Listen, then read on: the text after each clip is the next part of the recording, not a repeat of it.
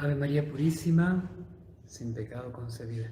Bienvenidos, queridos hermanos, a esta catequesis de la Divina Misericordia, donde estamos siguiendo la vida de Santa Faustina, aprendiendo cómo escribió este diario espiritual, lo que le pasaba durante su vida, para comprender mejor este mensaje tan hermoso, esta devoción a la Divina Misericordia. Y vamos a leer y a reflexionar hoy en esta catequesis el numeral 447 y 450. Vamos a ver que tiene mucho que ver con nosotros hoy, apóstoles de la Divina Misericordia. Numeral 447. Recordemos, estamos en el año 1935, precisamente en el mes de julio sucede este numeral, lo que vive Santa Faustina, ahora lo que va a relatar ella. Tiene 29 años, recordemos ya, va a cumplir en agosto, cumpliría esos 30 años, tiene 29 años, 1935, está en la ciudad de Vilna, en el convento de la casa religiosa de su congregación, en la que entonces era ciudad de Polonia, hoy es Vilna, capital de Lituania, y allí fue donde se pintó la imagen de Jesús misericordioso, la primera imagen tal como lo representa esta imagen aquí. Esa fue la imagen más antigua, pintada por un artista de Vilna llamado Eugenio Kazimierowski. Esto fue en los primeros 6 meses de 1934. Bueno, ahora estamos en julio de 1935 y Santa Faustina escribe: Viernes. Estaba enferma y no pude ir a la Santa Misa. A las 7 de la mañana vi a mi confesor celebrando la Santa Misa, durante la cual veía al niño Jesús. Al final de la Santa Misa, la visión desapareció y me vi, como antes, en la celda. La celda se refiere, por supuesto, a la habitación, así se le llama a las habitaciones de los conventos, de los religiosos o de las religiosas. Me llenó una alegría inexpresable de que, aunque no pude asistir a la Santa Misa en nuestra capilla, la escuché de una iglesia muy lejana. Jesús puede solucionar todo. Bueno, en 1935 todavía no había televisión, mucho menos internet, y Santa Faustina asiste de un modo providencial a una Santa Misa, así a la distancia, y uno puede pensar este es un fenómeno místico, ¿no? En primer lugar, un fenómeno místico, no es la imaginación de Santa Faustina, sino estaría como que le falta algunos tornillos, pero justamente es uno de los regalos que Dios le hace a Santa Faustina dentro de tantos fenómenos místicos con los cuales dotó el alma de Santa Faustina. Ella asiste a la distancia a una misa, a una Santa Misa, e incluso en la misa ve al Niño Dios. Ahora, puede ser esto una visión. Dentro de la categoría de los fenómenos místicos hay distintos grados. Uno puede ser, por ejemplo, el de tener ella en su mente, mientras ella estaba ahí en su celda en Vilna, podemos decir, un conocimiento infuso de cómo era la misa que se estaba celebrando en ese momento en otra parte. O también está la posibilidad de aquello que se llama la bilocación, que está en dos lugares al mismo tiempo y puede ser ella testigo de lo que sucede en un momento mientras su cuerpo está en otro. Bueno, esto le tocará más a los teólogos estudiar de qué tipo de fenómeno místico se trató en este caso puntual. Pero de alguna manera el Señor le soluciona su presencia en misa. Incluso no es la única vez que le pasó. Estuvo en otros momentos, incluso cuando rezaba la coronilla, estuvo, mientras ella estaba en su convento, sea en Cracovia, en Varsovia, incluso en Vilna, con la coronilla estaba presente al lado de un agonizante, o de varios agonizantes a los que el Señor la llevó, y ahí sí en casos de bilocación, al punto de ella ver las figuras demoníacas que trataban de perturbar al alma para que desesperara en el momento de su agonía. Bueno, Santa Faustina, rezando la coronilla, espanta a los demonios, pero ve desde su convento, desde esa visión que el Señor le procura, esa bilocación, cómo la coronilla actúa eficazmente. Bueno, aquí le toca ver la Santa Misa. Y saquemos esta enseñanza. Santa Faustina no podía ni siquiera ir a la capilla de su convento en Vilna para la misa, no se podía ni levantar, ¿no? Pero el Señor premia con esa presencia cuando ella puso todo de su parte, cuando estaba absolutamente imposibilitada de participar en la Santa Misa. El Señor le permite esa comunión interior y incluso este fenómeno místico de estar presente en una misa, de esa manera. Y hoy reflexionamos nosotros en que se nos ha cerrado las iglesias, en algunos lugares, gracias a Dios, se está abriendo de acuerdo a cada provincia y protocolo. De repente esto que es tan grave como le dicen la pandemia, ahora ponen fecha para abrir turísticamente. Bueno, o algo está pasando, no era tan grave, o para qué sueltan a la gente. Entonces, si piensan que es grave. Entonces hay una contradicción, pero acudimos a que se ha considerado no esencial algo que es fundamental para nosotros, que es la misa, que es el culto a Dios, que son las aperturas de las iglesias. Y a veces nosotros hemos tomado como, nos hemos creído también que no es esencial Dios, que no es esencial el culto, que no es esencial la misa, que no es esencial la presencia física o comunitaria en las iglesias. ¿Y qué pasó? Bueno, ya las iglesias las veníamos tratando mal, ¿no? Con el irrespeto en el modo de vestirnos, de hablar, el ruido, ¿no? La misma liturgia que se había convertido más en divertimento que en un acto de glorificación de Dios. Entonces, las iglesias cerradas nos deben llevar a reflexionar cómo es nuestro trato a la iglesia, al culto. Si realmente vamos a la iglesia a adorar, o vamos a la iglesia por una costumbre o un evento social o por otros motivos. Entonces, pero sobre todo aquellas personas que realmente estén imposibilitadas de acceder a la iglesia, porque sabemos que hay iglesias que se están abriendo, otras que se pueden abrir, otras que el sacerdote puede permitir. Bueno, como Santa Faustina pongamos todo de nuestra parte y solamente sea una absoluta imposibilidad la que nos motive a, bueno, tengo que hacerlo virtualmente.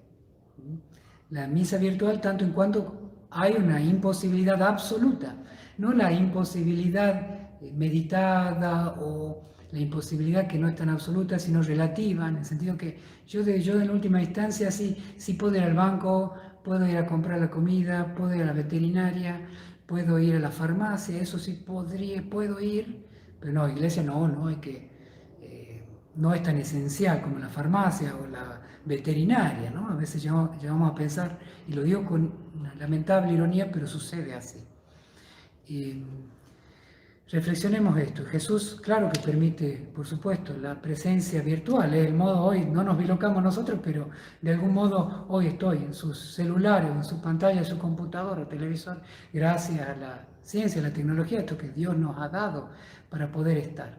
Pero pensemos sobre todo que nosotros estamos hechos para el culto, estamos hechos para la iglesia, estamos hechos para la asistencia presencial y comunitaria, el culto público. Tenemos que pelear.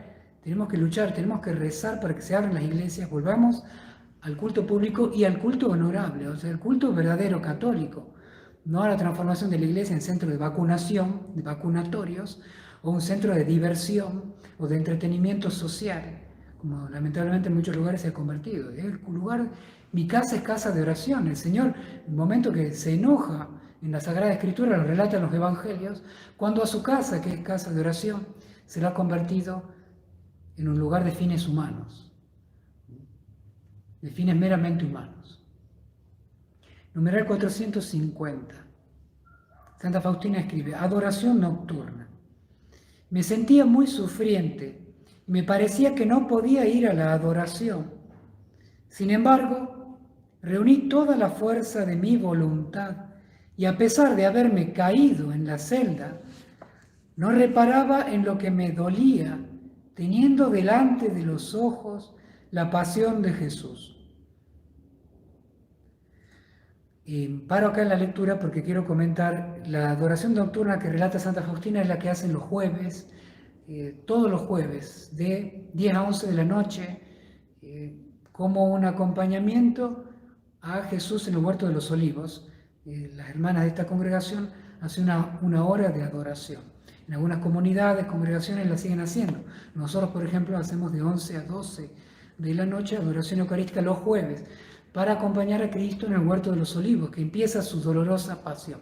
De la misma manera, Santa Faustina vive esto así. Una unión especial los jueves a la noche con el inicio de la pasión de Cristo. Al venir a la capilla, continúa escribiendo Santa Faustina, entendí interiormente lo grande que es la recompensa que Dios nos prepara, no solamente por las buenas obras, sino también por el sincero deseo de cumplirlas. ¿Qué gracia más grande de Dios es esta? Miren, nosotros solemos decir, ¿no? El infierno está empapelado de buenas intenciones, porque a veces esas buenas intenciones no son buenas intenciones, no son realmente buenas intenciones. Decimos a veces, como este personaje que conocemos nosotros acá en Latinoamérica, el Chapulín Colorado, ¿no? Que decimos sí voy, después no vamos porque no queremos ir. Entonces sí rezo, sí voy a hacer esta obra de bien, sí voy a perdonar, sí, y después no, es un no velado, es un no escondido, me miento a mí mismo con falsas intenciones. Miren, Santa Faustina, que quería ir a esa adoración, se sentía muy enferma, incluso revestirse, ponerse los hábitos como tiene Santa Faustina, no era nada fácil. Vestirse para descansar y después volver a revestirse para ir a la adoración nocturna de los jueves era todo un trámite. Y ella, toda enferma, se cae en su habitación, se cae, se golpea, le duele, enferma.